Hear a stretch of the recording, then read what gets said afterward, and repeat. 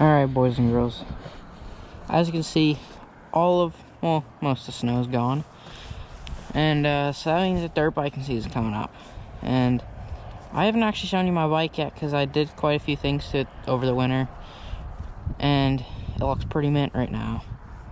So we're going to go for the smallest ride I will ever go on because I can't go barely anywhere because there's still snow. So let's take a look at my bike. So you can see it looks a bit different. So it's the exact same bike, just new plastics, graphics. Well, it's not new plastics, it's the same, still restock it. Painted the rims and hubs.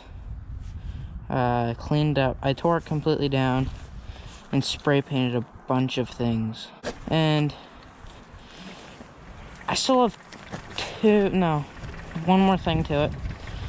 I ordered a Pro Circuit shorty on it for it, so that's gonna sound mint when it comes. And yeah, we're not gonna go for barely long, like, at all, because it's kind of loud and I don't know, I just don't really want to be too loud for too long, and I don't really have anywhere to go. But yeah, so let's get going for a little teeny rip.